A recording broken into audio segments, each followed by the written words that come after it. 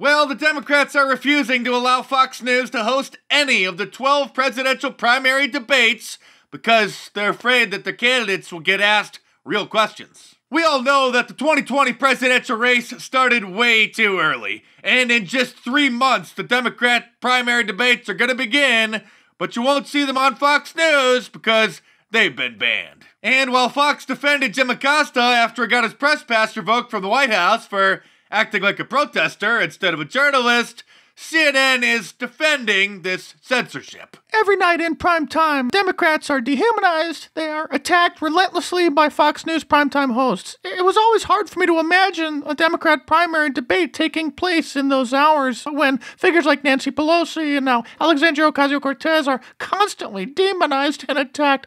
So the Democrats are now making that official and saying, we'll have nothing to do with Fox in this primary season. Of course, the Democrats don't want to allow any real moderators to be involved in the process or ask legitimate questions or push back against their nonsensical answers. Oh, and speaking of pushing back against nonsense, here's the Border Protection Commissioner responding to Democrat Senator Richard Blumenthal, who insists that there's no emergency at the border. Have you ever recommended that your superiors ask for an emergency declaration? I've recommended that we ask for more agents, more border security barrier, and more technology. But that's been a continuing ask. Correct. Nothing about that ask constitutes saying we have a national emergency.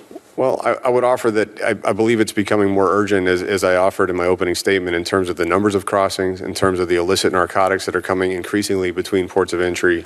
Well, but the illicit narcotics are coming primarily still through the ports of entry. That's where our seizures are. The numbers of border crossings are still at a historic low compared to other times in our nation's history. No, Senator, they're not. We're on pace for over 700,000 crossings this year. That's closer to historic highs than historic lows. Which high? We had 1 million in 2006. That's the high water mark in the modern era of CBP. That we're much closer to that than the 300,000 number if we get to 750,000 crossings. But that's only if we get to 700,000. I think we have to confront what's happened in these 5 months. 4 months of 60,000, 50,000 crossing illegally. Last month, 76,000 in February. We have not had a February like that in over a decade, and that was all single adults, almost all from Mexico. So this is new, different, and potentially worsening. 76,000 illegal aliens crossed the border just last month. That's an entire football stadium filled with people. Oh, and here's one of those nice folks right here, captured on a police body camera in California after the officer came across his car parked on the side of a freeway and wanted to make sure that he was okay. Roll it down. Roll down the window. Roll down the window.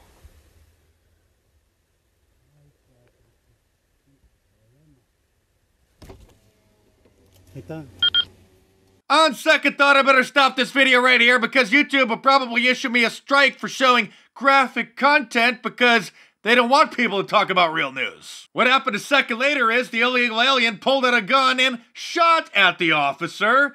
Thankfully and miraculously, the officer is okay, and her quick reaction time and good aim saved us countless tax dollars, because now instead of having to house this animal in a cage for the rest of his life or waste the time and resources deporting him, he went bye-bye and is buried 6 feet under. And of course, he's just one of 76,000 reasons in the last month that we need to build the wall. To help spread the word, go to my online store, MarkDice.com, or click the link in the description below and order my new Build the Wall t-shirt, long sleeve, or a hoodie. And like all of my shirts, it's also available in a whole bunch of different colors as well. Or if that's not your style, there's a whole bunch of other cool designs like the Free Speech Sewed shirt, the Classic Liberals and Find a Care shirt, or my presidential collection. So click the link in the description below or head on over to MarkDice.com and check them out.